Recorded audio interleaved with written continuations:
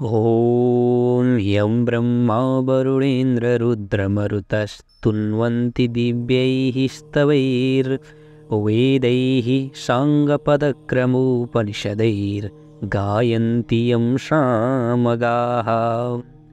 ध्यानावस्थिततद्गतेन मनसा पश्यन्ति यं योगिनो यस्यान्तं न विदुः सुरासुरगणां देवाय तस्मै नमः। श्रीमत्चन्दनचर्चितोज्ज्वलवपुः शुक्लाम्बरां मल्लिका मालालङ्कृतकुण्डला प्रविलसन् मुक्तावलीशोभिता। सर्वज्ञाननिधानपुस्तकधरा रुद्राक्षमालाकरा वाग्देवी वनदाम्बुजे वसतु मे त्रैलोक्यमाता चिरम्। मूकं करोति वाचालं पङ्गुं लङ्घयते गिरिं यत्कृपातमहं वन्दे परमानन्दमाधवम्। नमो भगवते तस्मै व्यासायामिततेजसे यस्य प्रसादात् वक्ष्यामि नारायणकथामिमाम्। नारायणं नमस्कृत्य नरं चैव नरोत्तमं देवीं सरस्वतीं व्यासं ततो जयमुदीरयेत्। साष्टाङ्गं नमनं कृत्वा स्वस्थानीं परमेश्वरीं कथां सुधोपमां देव्याः श्रुत्वाभीष्टफलं लभेत्। कथां सुधोपमां देव्याः श्रुत्वाभीष्टफलं लभेत्। श्री स्वस्थानी परमेश्वर्यै नमो नमः। अथ सप्तम अध्याय। कुमारजी आज्ञा गर्नुहुन्छ, हे अगस्त मुनि, सतीदेवीले त्यसरी प्राण त्यागेको देखेर देवता, यक्ष, गन्धर्व, किन्नर, नाग, दैत्य र ऋषि मुनि सबैले ओहो साह्रै अनर्थ भयो भन्दै आश्चर्य माने। उसै बेला अकस्मात आधी चलेर धुलो उडी सारा आकाश ढाक्यो र विपरीत हावा चल्न लाग्यो। बिना बादल नै मेघ गर्जन लाग्यो। यज्ञमा उपस्थित सबै देवता, यक्ष, गन्धर्व, किन्नर, दैत्य, नागहरू धुलो उडेर आँखामा परी हेर्न असमर्थ भए। वायुको वेगमा अडिन नसकी भूमिमा घोप्टिए। वायुको त्यो उग्र वेगले कतिलाई उडाएर लग्यो, कति भूमिमा पछारिए, कति रुन कराउन लागे। त्यस हुरीमा परेर कतिको हात भाँचियो, कतिको खुट्टा मर्कियो, कतिले भूमिमा टाउको टेक्न पुगे, कतिका मुख भूमिमा घोप्टिएर माटो खान लागे। उठ्न असमर्थ भएका जति रुन कराउन लागे। कति रक्षा गर मरे बाबा बचाओ भन्न लागे। यस्ता प्रकारले यज्ञमा उत्पन्न भएको केही बेरपछि हुरीको वेग कम भयो र दक्ष प्रजापतिले चिन्ता गरी सबै छोरी ज्वाइँलाई नडराऊ, डराउनु पर्दैन भनी सान्त्वना दिइसकेपछि चित्त व्याकुल गरी अब कसो गरौँ भन्दै गुरु बृहस्पति कहाँ गएर बिन्ती गरे। हे गुरु, अनर्थ भयो, अब कसो गर्ने, असम्भव कुरा प्रत्यक्ष भयो भन्दै भयभीत स्वरमा कराउन लागे। त्यसै बेला नारदजीले सतीदेवीले अग्निकुण्डमा हामफाली प्राण त्याग गरेको देखि हावाभन्दा पनि वेगले शीघ्र कैलाश पुगी महादेवका चरणमा दण्डवत गरी उभिरहे अनि हे नारद, तिमी के भन्न आएका, भन, किन मौन भई उभिएका छौ। यस्तो शङ्करजीको आज्ञा सुनि हात जोडेर नम्र स्वरमा बिन्ती गरे। हे ईश्वर, हजुरकी प्राण प्रिय सतीदेवीले दक्ष प्रजापतिको यज्ञ अग्निमा हाम फालेर प्राण त्याग्नुभयो। किनभने हे जगदीश्वर, हे करुणानिधे, पापिष्ट दक्षले हजुरलाई अनेक शूद्र वचनले हेला गरी निन्दा गरेको। त्यो महादेव कहाँको देवता हो, त्यो त बौला पो हो। त्यसलाई नडाकेर मेरो के हुन सक्दछ। मेरा 33 कोटी छोरी ज्वाइँ र ब्रह्मा विष्णु आदि छँदैछन्, कस्तै भए पनि म त्यसलाई डाक्ने होइन इत्यादि अनेक दुर्वचन बोलेको सुन्दा सहन नसकी क्रोधयुक्त भएर भूमिमा लत्तले हानी यज्ञको परिक्रमा गरी कसैको पनि मुखतर्फ नहेरी केवल हजुरको नाम शिव शिव भन्दै यज्ञाग्निमा हामफाली प्राण त्यागिन्। हे प्रभु, हजुरको डरले अग्निले देह दग्ध गर्न सकेका छैनन्, केवल प्राण छाडेर यज्ञ कुण्डमा शयन गरे चाहिँ सुतिरहनु भएको छ। हे ईश्वर, यही कुरा बिन्ती चढाउन आएको हुँ। हे चन्द्रमौले, अनर्थ भयो, अब के गर्ने। यति भनी नारदजी उभिरहे। नारद मुनिका कुरा सुनेर महादेवले आज्ञा भयो, हे मुने, तिमीले भनेको कुरा निश्चय सत्य हो कि होइन? शिवको यस्तो वचन सुनि नारदले भने, हे जगदीश्वर, हजुरका सामु मिथ्या बोल्ने साहस अथवा शक्ति ममा छैन। ध्यान दृष्टिले हेर्नु भए सत्य ज्ञात हुनेछ। नारदजीका यस्ता वचन सुनि ध्यान दृष्टिले विचार गरी हेर्नुभयो त अत्यन्त क्रोधले तिनै नेत्रबाट अग्निका ज्वाला निकाली दारा किटी पाखुरा निमोर्दै नारदजीको सामुन्ने नै भन्नुभयो, हे मुने, 33 कोटी देवताले रक्षा गरिएको पापिष्ट दक्षको विनाश नगरी छाड्ने छैन। अब तिमी आफ्नो आश्रममा जाऊ भनी बिदा दिनुभयो र नारदजी महादेवलाई दण्डवत प्रणाम गरेर आफ्नो धाममा गए। नारदजी गएपछि शिवजीले सतीदेवीलाई सम्झेर रिसले तिनै नेत्रबाट अग्निका जस्तै ज्वाला निकाली शिखाबाट एउटा जटा झिकेर भूमिमा पछारे। त्यसबाट मेघ गर्थे जस्तै चर्को शब्द गरी भयङ्कर चतुर्षष्ठी योगिनी र भूत प्रेत पिशाच प्रथम गणले शहीद भएर महाकाली उत्पन्न भइन्। कस्ती महाकाली भने डरलाग्दो अनुहार भएकी, लामा लामा धारा निस्केकी, आकाश जस्तै पेट भएकी र बाघको छाला कम्मरमा बेरेकी, झाक्रो फिजेकी, हातमा भयङ्कर खड्ग लिएकी, कहिले हाँस्ने कहिले लामो जिब्रो निकाल्ने यस्ती महाकाली शिवजीको सामुन्ने उभि के कामले मेरो आराधना गर्नुभयो भनी बिन्ती गरिन्। अनि महादेवले अघि चाहिँ अर्को जटा झिकेर भूमिमा पछारे। त्यसबाट पृथ्वी कम्पायमान पार्दै क्रोधी सिंह जसरी गर्दिन्छ त्यस्तै ध्वनि निकाल्दै 1000 सूर्य जस्तै तेज भएका, सम्पूर्ण शरीरमा खरानी घसेका, मुण्डमाला लगाएका, दायाँ हातमा त्रिशूल लिएका र बायाँ हातले डमरू बजाउने यस्ता भीषण मूर्ति भएका वीरभद्रले महादेवका अगाडि उभिएर बिन्ती गरे, हे शम्भु, हामीहरूलाई किन आराधना गर्नुभयो? तिनीहरूको यस्तो प्रश्न सुनेर महादेवले आज्ञा भयो, हे वीरभद्र, हे महाकाली, तिमीहरूलाई पापिष्ट दक्ष प्रजापतिको यज्ञ विध्वंस पारी उसको पनि संहार गरी दक्षका सहायक संरक्षक देवताहरूको पनि संहार गरेर आओ भनी डाकेको हुँ। अब तिमीहरू नन्दी, भृङ्गी, 64 योगिनी, भूत प्रेत पिशाच समेत भई दक्षको यज्ञ विध्वंस गर्न तत्काल जाओ। श्री महादेवको यस्तो आज्ञा सुनि नन्दी, भृङ्गी, भूत प्रेत, योगिनी र पिशाच सहित भई मेघ गर्जे झैँ सिंहनाद गरी पृथ्वी डोलायमान पारी साक्षात यमराज नै प्राणीको नाश गर्न हिँडे झैँ क्रोधित भएर शिवको आज्ञा सिरोपर गरी कैलाश पर्वतबाट हिँडे। तिनीहरूको चालामाला देखेर पृथ्वीलाई भार थाम्न कठिन पर्यो र थरथर कापिन्। 7 समुद्र छल्किए, समस्त जीव त्राही त्राही भए। दक्षको यज्ञमा पनि अनेक किसिमका उत्पात हुन लागे। आकाशमा काग र गिद्ध मण्डलाकार गरी उड्दै कराउन थाले। स्यालहरू आँखा र मुखबाट आगोको ज्वाला निकाल्दै कराउन र दगुर्न लागे। रगतको वृष्टि भयो, विपरीत वायु चल्न लाग्यो। यस्तो उत्पात हुन लागेको देखेर यज्ञ मण्डपमा बसेका सबै हाहाकार गर्दै यताउता भाग्न लागे। स्त्री, बालक, बुढाहरू भाग्न नसकी भूमिमा घोप्टेर रुन कराउन लागे। कोही अझ के हुने हो भनेर डराई त्राही त्राही हुन लागे।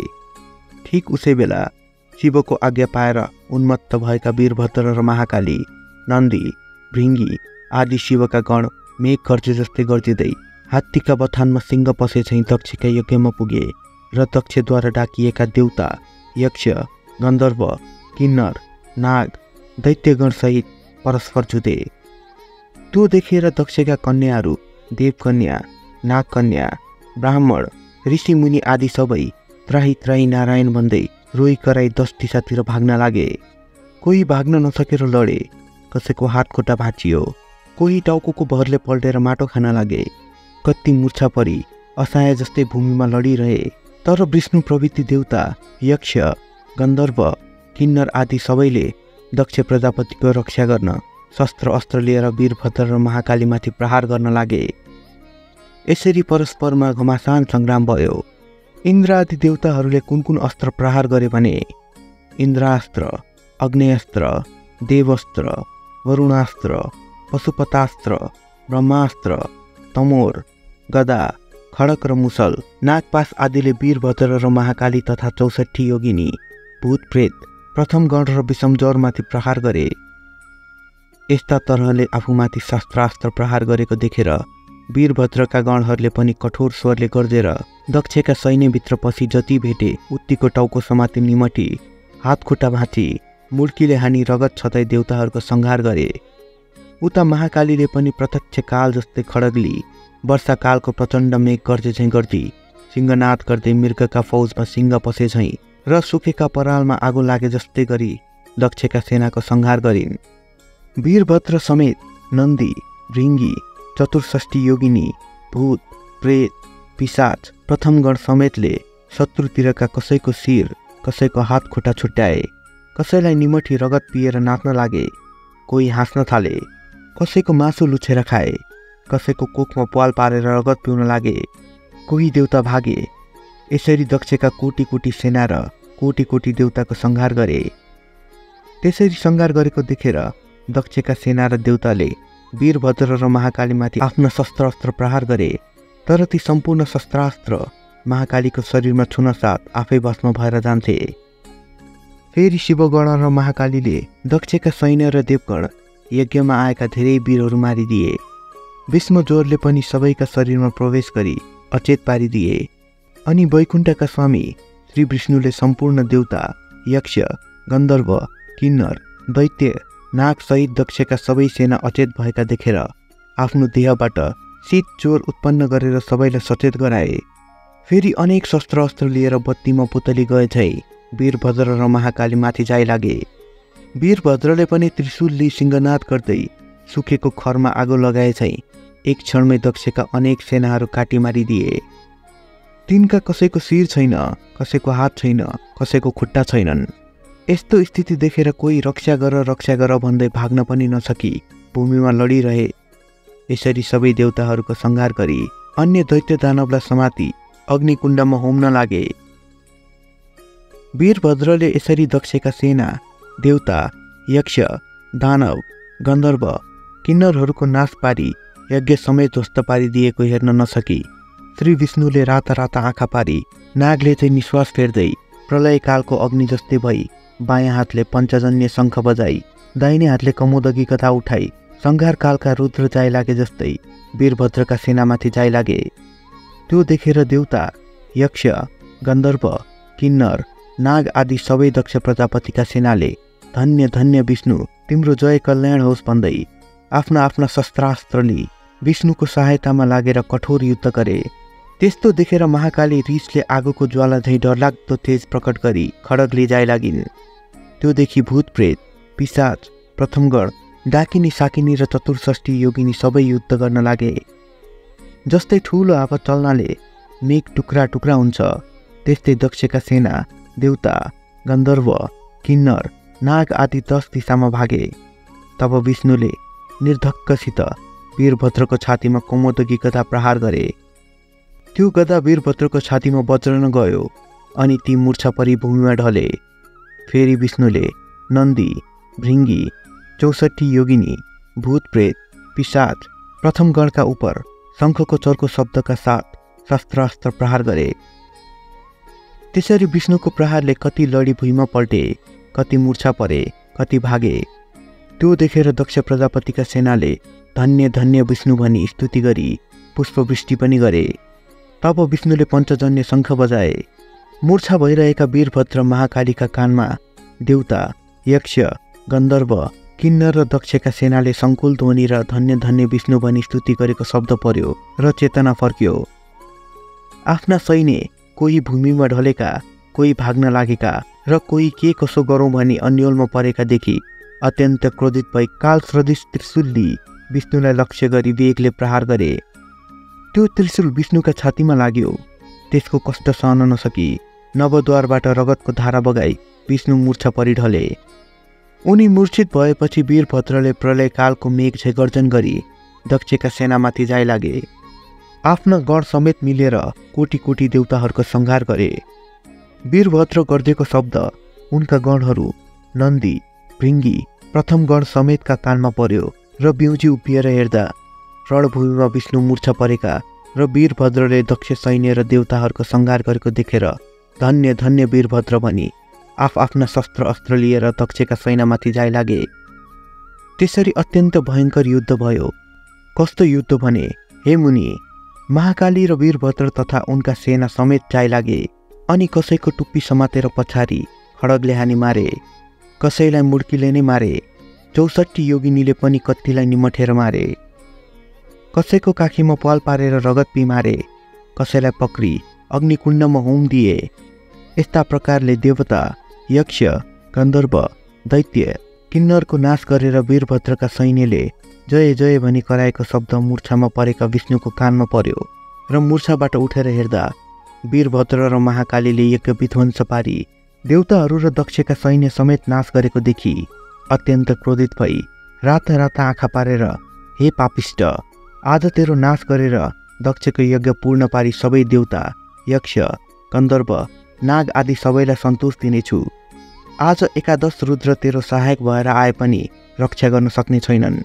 सम्पूर्ण दुष्टको संहार गर्ने यो चक्र देखिस् भनी सुदर्शन चक्र देखाए। विष्णुले भनेको यस्तो शुद्र वचन सुनेर वीरभद्र रिसले चूर भई भन्दछन्, हे पापिष्ट विष्णु, सम्पूर्ण दुष्टको नाश गर्ने चक्र भनेर देखाइस्।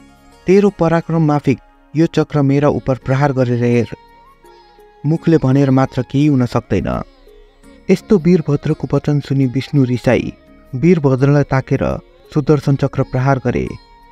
त्यो चक्र अनेक सूर्यको जस्तो तेज र प्रलय कालको मेघ गर्जे झैँ गर्जना गर्दै काल रुद्र नाश गर्न गए झैँ गयो।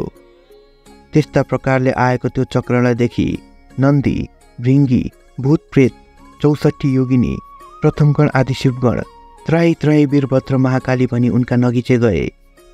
जस्तो समुद्र मन्थनमा कालकुट विष निस्केर सबैलाई भस्म पार्न खोज्दा त्यो विष शिवले पान गर्नुभएको थियो, त्यस्तै त्यो चक्र आएको देखेर वीरभद्रले मुख बनाइदिएकोले वीरभद्रको मुखमा पस्यो र उनले निल्न तयार भएको देखि विष्णुले चाँडो गरी वीरभद्रका मुखबाट सुदर्शन चक्र झिकी त्यहाँबाट अन्तर्ध्यान भई वैकुण्ठ जाँदा भए।